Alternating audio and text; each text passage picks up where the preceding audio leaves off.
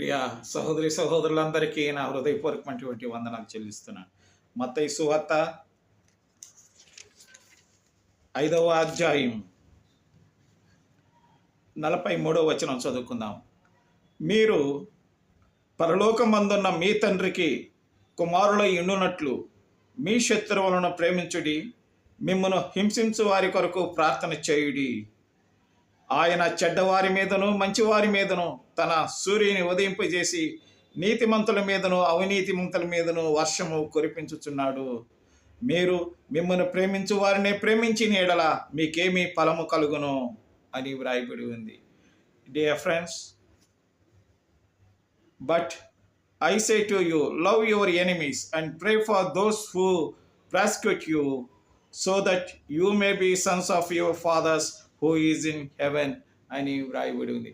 ప్రియమైనటువంటి సహోదరి సహోదరులారా, మనము మన శత్రువులను వారందరినీ ప్రేమించి ఈ లోకములో దేవుని ఆశీర్వాదాలు పొందుదాం గాక. ఆమేన్.